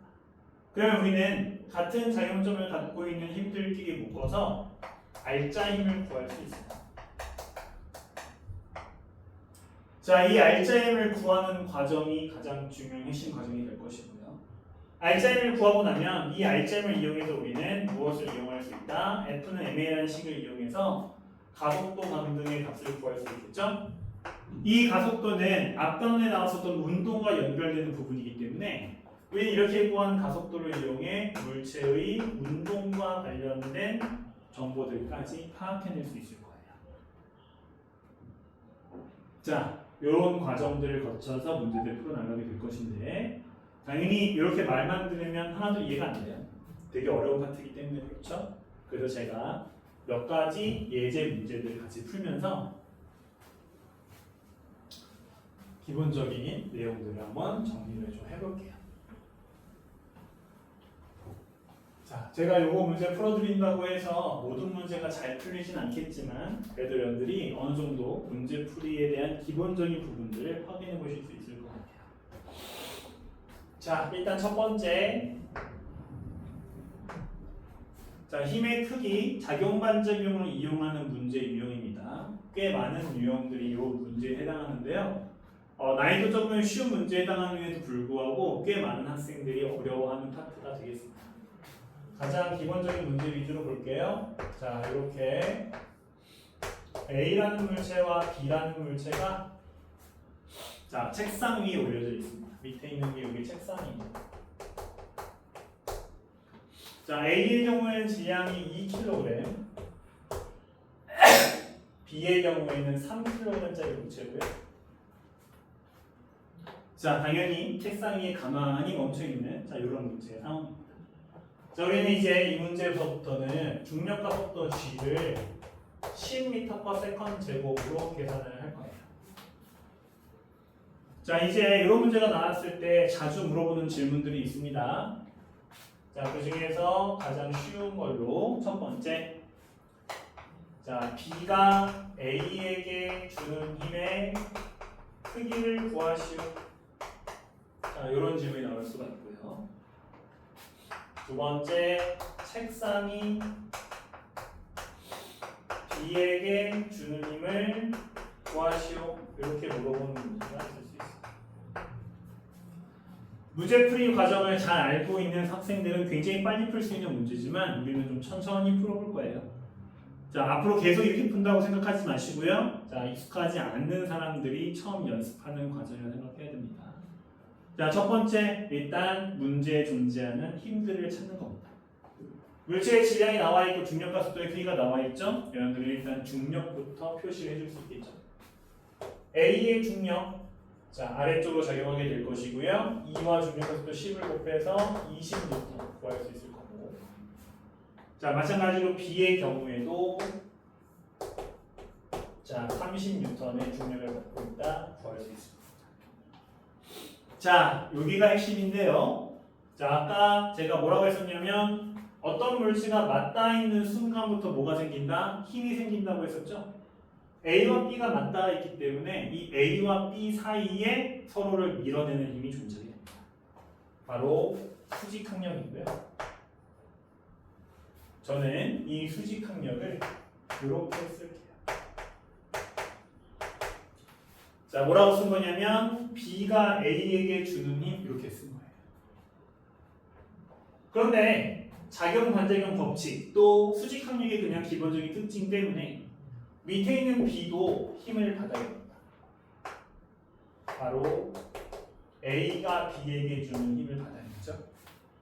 우리는 이 표시만으로도 무엇을 확인할 수 있냐면 B가 A에 주는 힘과 A가 B에 주는 힘의 크기는 같고 방향은 반대다. 이렇게 우리가 둘의 관계를 쉽게 확인할 수가 있습니다. 자, 눈치가 빠른 친구는 한 가지 한 가지 힘이 더 있는데 생각할 수 있겠죠. 바로 바닥이 B를 밀어내는 힘이에요. 자, 저는 얘를 대문자 NB라고 쓸게요. 바닥이 B를 밀어내는 힘 이런 뜻이에요. 그러면 뭐가 있어야 되죠? 역시 B가 책상을 밀어내는 힘이 있어요. 우리는 이 둘 역시 똑같이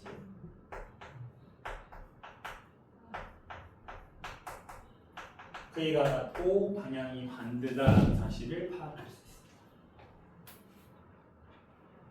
자, 힘 모두 찾았어요. 자, 맞닿아 있는 상황으로 수직항력 찾았고요. 그 다음에 중력과 속도 질량을 통해 중력 찾았죠. 이제 힘들을 모두 찾았으니 뭐 해줘야 돼요? 힘의 합성을 해주는 거예요.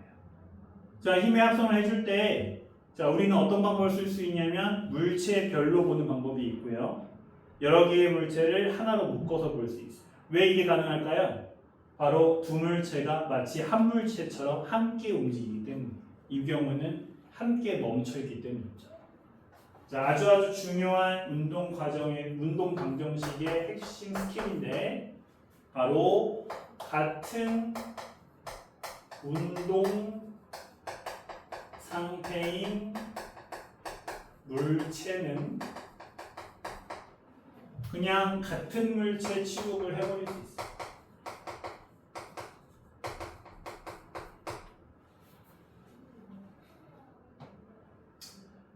가로 1번을 풀기 위해 문제를 풀어볼게요. 문제는 뭘 물어봤어요? A에게 주는 힘을 물어봤죠. 자, 우리의 관심사는 A라는 거예요. 자, 그러면 A에 대해서 푸는 거예요. 그죠? 방금 위에서 우리가 찾아 놓았던 힘들을 모두 표시해 주시기만 합니다. 여러분들은 그림에다가 이걸 표시했다고 한다면 그냥 이걸 보면서 문제를 풀어도 되겠죠? 자, 우리는 A가 멈춰 있다는 거 알아요. 그러면 우리 뭐 하면 됩니까? 얘네들을 그냥 다 더하면 되죠? 아까 우리 힘을 더할 때 어떻게 해야 된다고 했었죠? 힘에다가 방향을 붙여서 더해줘야 된다고 했었죠? 자, 저는 위 방향을 플러스 둘게요. 그러면 아래 방향에 마이너스를 붙여야 되겠죠? 자, 둘을 더하시면 되는 겁니다.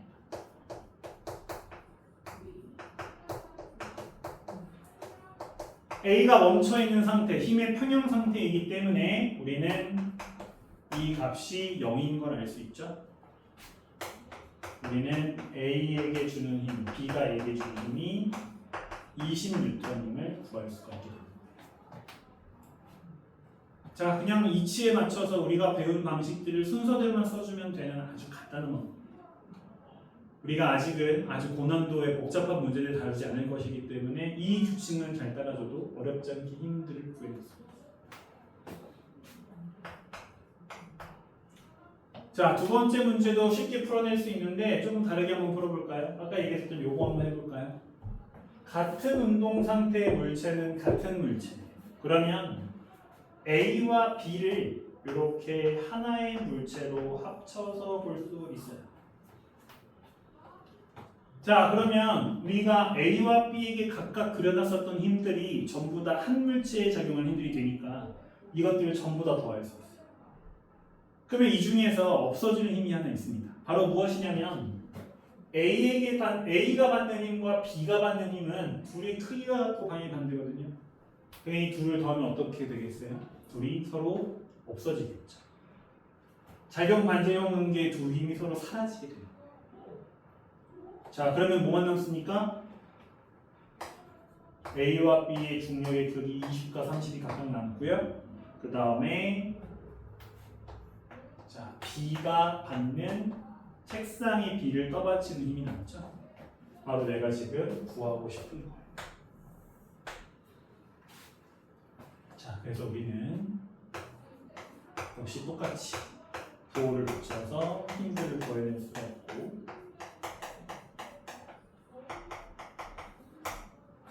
자, 이걸 통해 책상이 B를 떠받치는 힘의 크기를 50N으로 구해낼 수가 있는 겁니다. 자, 제가 물리학을 좋아하는, 고등학교 물리학을 좋아하는 이유고요. 딱딱 떨어지는 정확한 규칙에 따라서 풀기만 하면 시간은 좀 오래 걸릴지라도 풀지 못할 문제가 없다는 게 핵심이죠. 자, 이런 식으로 우리가 작용 반작용을 이용해서 문제를 해결해낼 수가 있습니다. 당연히 뒤에 나와 있는 예제들 중에서는 이 배웠었던 힘들 세 가지만으로는 풀 수 없는 문제들이 있어요. 하지만 결국은 이것들을 응용해 볼 수 있으면 됩니다. 여러분들이 이 규칙을 항상 정리해 보시고요. 여러분들이 찾을 수 있는 모든 힘을 한번 최대한 찾는 연습을 한번 해보시면 좋을 것 같아요. 그렇게 해서 찾아보다가 안 찾아지면 그것들을 남겨놨다가 질문하면 되는 겁니다. 그렇게 해서 아, 이럴 때는 이런 힘을 찾는 거구나를 알아가는 게 핵심인 거지, 처음부터 잘하는 게 목적이 아닙니다. 처음부터 잘 수가 없습니다. 어려운 내용이에요. 이번에는 자, 어떤 세 개의 물체가 이렇게 있는 이유를 한번 볼까요?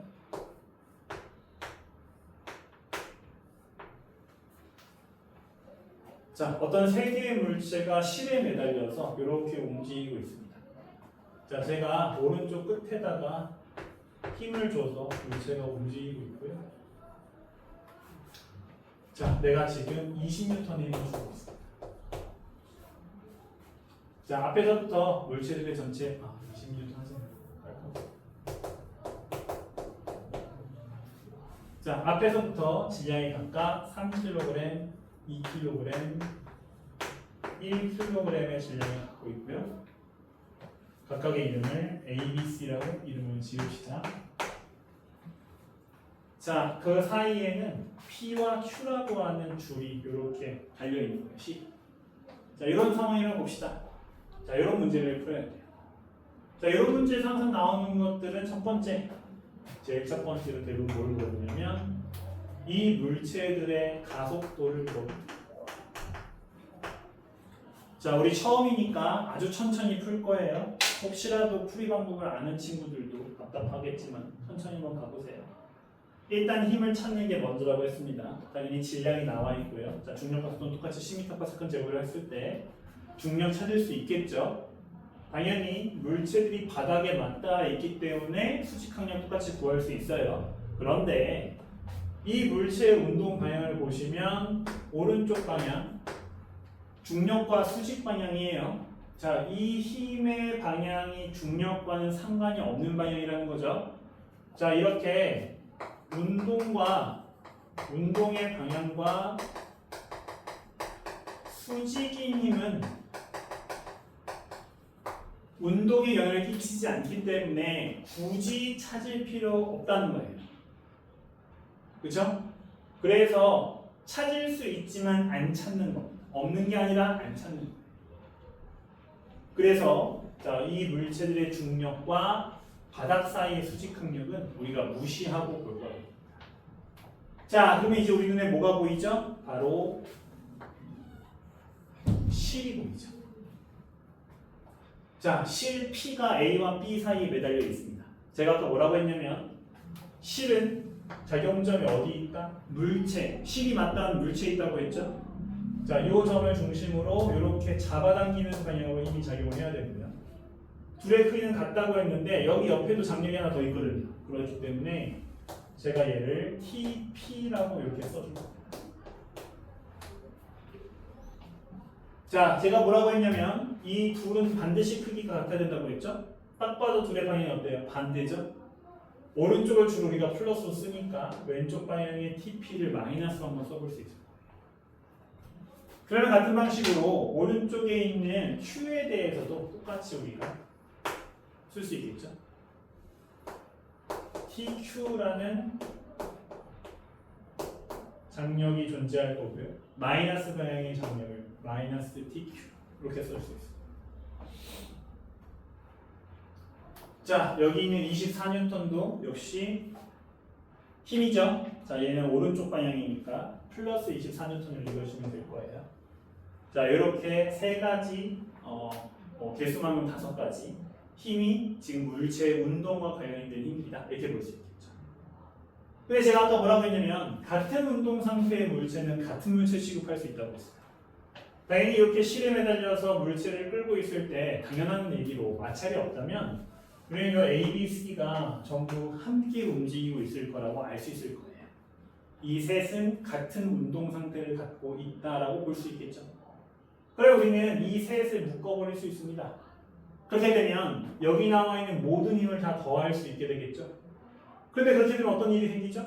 이 두 개의 장력들의 부호가 반대이기 때문에 서로 다 사라지겠죠. 장력들이 사라집니다. 그러면 뭐만 남죠? 바로 24N만 남죠.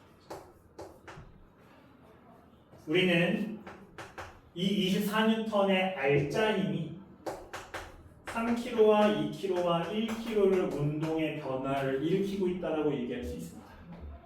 이 물체들의 가속도가 생기겠죠.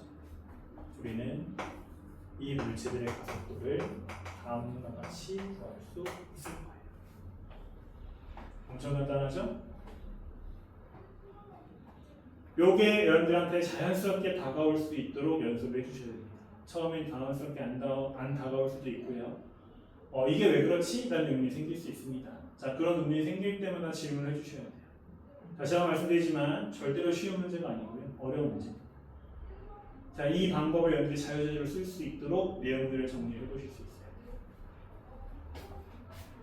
이렇게 가속도를 구하는 문제 다음에는 항상 뭘 물어보냐면 야, 그러면 P의 장력, 실 P가 주는 힘은 무엇이니? 이렇게 물어보는 문제들이 항상 나옵니다. 당연히 위에 있는 방법을 쓰면 얘를 구할 수 없어요. 여기에서 이렇게 사라지기 때문이죠. 때문에 가속도를 구할 때는 세 물체를 한 물체로 구했지만 이제 내가 원하는 TP를 구하고 싶을 때는 여기 나와 있는 물체 중 하나만 봐줘야 되겠죠. 그래서 저는 뭐만 볼 거냐? 여기 있는 A만 볼 겁니다. 다른 물체 안 보는 거예요. A만 볼 거라는 거예요. A만 본다. A에게 작용하는 힘만 보고 A의 질량만 봐야 된다는 거죠.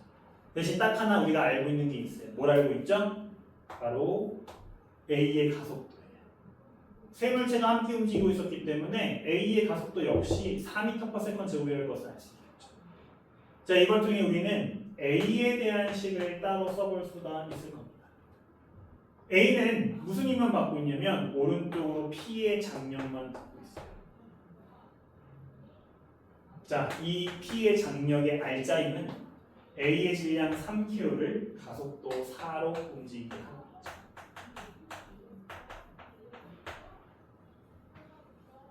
자, 여기서 제가 이 문제를 풀기 위해 C의 운동을 보면 될까요? 당연히 안 되죠. 왜냐하면 C만 본다면 이 C에는 내가 지금 구하고 싶은 TP가 안 보여요. 그죠? TQ밖에 안 보이죠? 때문에 우리는 P의 장력을 구하고 싶다. A만 봐줘야 됩니다. 선생님, B를 봐도 되지 않습니까? 맞습니다. B를 봐도 풀 수 있어요. 하지만 TP를 구하기 위해서는 옆에 있는 TQ도 함께 구해줘야 되죠? 미지수가 2개인 것보다는 미지수가 1개인 게 훨씬 편하죠. 자, 그래서 우리는 A를 선택해 A에 대한 운동 방정식 F는 MA를 완성합니다.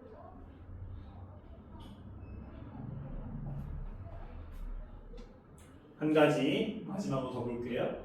자, 이번에는 도르래 문제입니다. 자, 아까 제가 얘기했던 것처럼 도르래는 하나의 실을 이렇게 연결해서 물체 두 개가 연결되어 있는 겁니다. 자, 왼쪽에 있는 물체를 1kg이라고 하고요. 오른쪽에 있는 물체를 4kg이라고 하겠습니다. 왼쪽을 A라고 보고요. 오른쪽을 B라고 볼게요. 당연히 상식적으로 이것도 생각보다 되게 중요한 말인데요. 우리가 역학에서 볼 수 있는 이런 상황들은 물론 마찰이 없는 상황이라는 게 실제로 존재하기 힘들지만 사실 충분히 어떤 물체들의 운동을 보고 예측이 가능합니다. 상식적이라는 표현을 제가 좀 많이 쓰게 될 텐데요. 실제로 우리 역학 문제들은 이런 어떤 물리적인 상식들을 통해서 기본적인 사실들을 한번 생각을 해볼 수가 있다는 거예요.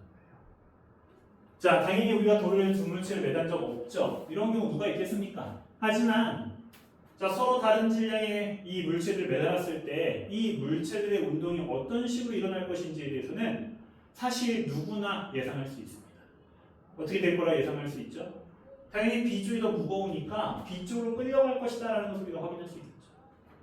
우리는 B쪽은 떨어지고 A쪽은 올라갈 거라는 사실을 구할 수가 있습니다.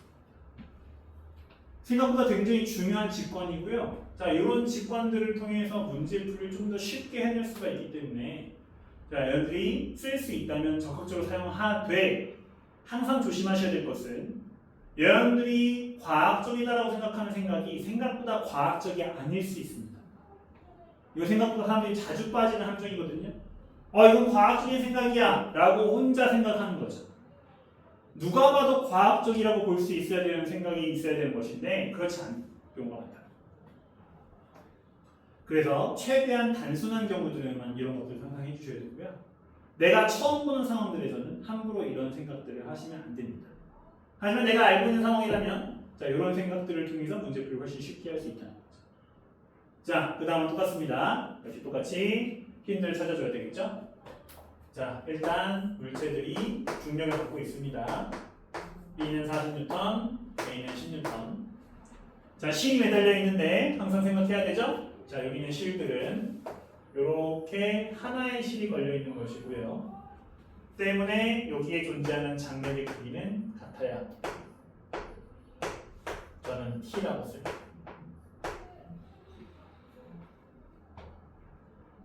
자, 당연히 이 문제에서도 항상 물어보는 질문은 거의 똑같습니다. 이 물체들의 가속도의 크기를 구하시오. 실의 장력의 크기를 구하시오. 이렇게 물어봅니다.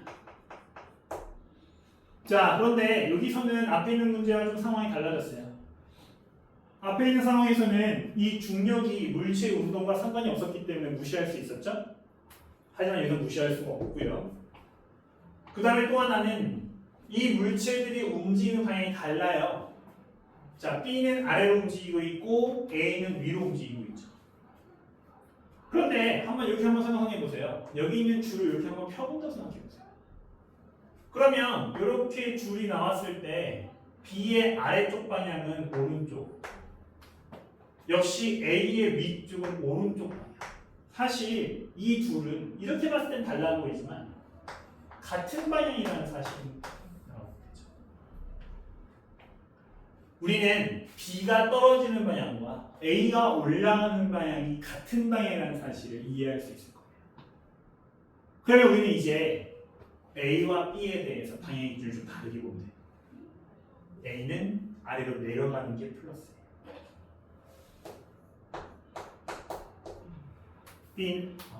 B는 A는 위로 올라가는 게 플러스예요. 그러면 A 입장에서 아래가 마이너스가 되겠죠? B 입장에서 위가 마이너스가 되겠죠. 자, 헷갈리기 전에 자, 여기 나와 있는 힘들 다 부호를 붙일 겁니다. A가 받는 장력은 플러스가 돼야 되겠죠. B가 받는 장력은 마이너스가 돼야 돼요. A가 받는 중력은 마이너스가 돼야 되겠죠. B가 받는 중력은 플러스가 돼야 돼요. 자, 이제 뭐 하면 돼요? 우리 아까 가속도 구하기 위해서 어떤 방법 썼죠? 세 물체를 하나로 봤죠? 두 물체를 하나로 보면 돼요. 자, 여기 있는 힘들 다 더하면 되죠. 당연히 어떻게 됩니까? 서로 방향이 반대인 두 힘을 더하면 0이 되죠. 뭐만 남아요? 플러스 40과 마이너스 10이 남습니다. 자, 두 물체를 하나 합쳤기 때문에 둘의 질량을 더해 주셔야 되고요. 자, 이 질량이 가속도를 갖겠죠.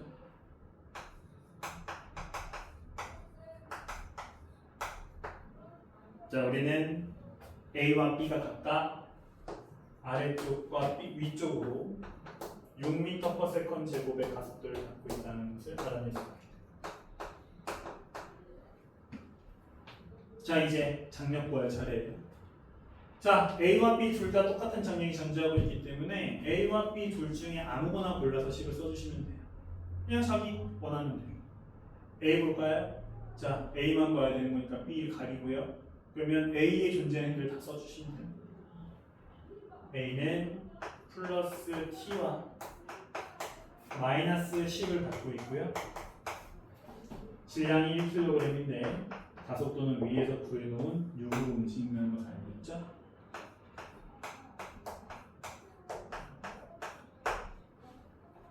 자, 물체의 위치가 바뀌고 상황이 바뀐다고 하더라도 이 규칙은 안 변해요. 제가 여러 번 말할 건 앞으로 만나게 될 물리학의 좋은 점입니다. 한번 정해진 규칙은 절대로 바뀌지 않습니다. 항상 그 규칙을 따라주면 되는 것이고요. 그 규칙의 사용 방법이 조금 달라 보일 수 있지만 규칙이 바뀌는 건 절대로 없어요. 아, 이런 경우는 이렇게 쓰는 게 좀 더 쉽구나. 이런 경우는 저렇게 쓰면 좀 더 간편하게 문제를 풀 수 있구나. 자, 이런 요령들이 생기는 것 뿐이지 이 규칙이 바뀌지 않습니다. 자, 이번 단에서 가장 중요한 규칙들을 정리했고요. 우리가 앞에서 배웠었던 힘의 종류와 특징들을 통해서 어렵지 않게 이해할 수 있는 그런 내용들입니다. 당연히 이런 내용들 외에 훨씬 더 복잡한 상황에 대해서 물어보는 문제 나올 수 있습니다. 하지만 그렇다고 해서 문제의 규칙이 바뀌지 않겠죠? 이런 데 규칙을 잘 이해하고 있다면 그런 규칙들을 한 번씩 적용시켜 볼 수 있을 거고요. 앞단원과의 연계를 통해서 조금 더 다양한 문제들을 해결해 나갈 수가 있을 겁니다. 당연히 쉽지 않을 거고, 자, 이런 문제들을 한 번씩 연습을 해보신 다음에 막히는 문제들 갖고 와서 저한테 질문하시면 됩니다. 우리 이번 여름 특강의 진도가 상당히 널널하거든요. 굉장히 널널해요. 그래서 질문이 많으면 질문 다 받아도 됩니다. 다 받고 다 풀어도 돼요. 당연히 이번 학기, 이번 여름 특강에 여기 있는 물리학 전체를 이해해야 된다? 절대로 아닙니다. 이해 못해요. 이해를 할지언정 문제에 능숙해질 수 없어요. 우리는 이런 게 있구나, 이런 식으로 푸는 거구나를 눈에 익히고 몸에 익히려고 하는 것이지 절대로 완벽하게 습득하려고 배우는 것이 아닙니다. 제발 포기하지 마시고요. 포기하면 안 돼요. 포기 안 해도 됩니다. 자, 지금은 어렵더라도 한번 받아들여 보시고요. 연습들 해보시고요. 꼭 모르는 것들은 질문해 주시면서 같이 조금씩 정리 나가시면 됩니다. 자, 그렇게 해서 한 번씩 풀어보시고요. 다음 주에는 다들 얼굴 좀 봤으면 좋겠네요. 자, 그래서 한 번씩 과제 해보시고, 자, 여러분들 과제는 2강 B세트까지 여러분들 해결해 주시면 되고, C세트까지 풀어보시면 너무 좋겠지만 C세트는 어려우면 저랑 함께 풀어도 괜찮으니까요. B세트까지 완료하는 걸 목표로 해오시면 되겠습니다. 자, 오늘 수업은 여기까지 하도록 하고요. 혹시 필요한 부분들이나 중간중간 질문들 꼭 수업 시간에 할 필요 없으니까 저한테 카톡이나 단톡창에다가 질문들 올리셔도 괜찮고요. 너무 많을 경우에는 저랑 클리닉을 잡고 질문을 좀 하셔도 괜찮습니다. 자, 고생들 하셨고 꼭 보시길 바랍니다.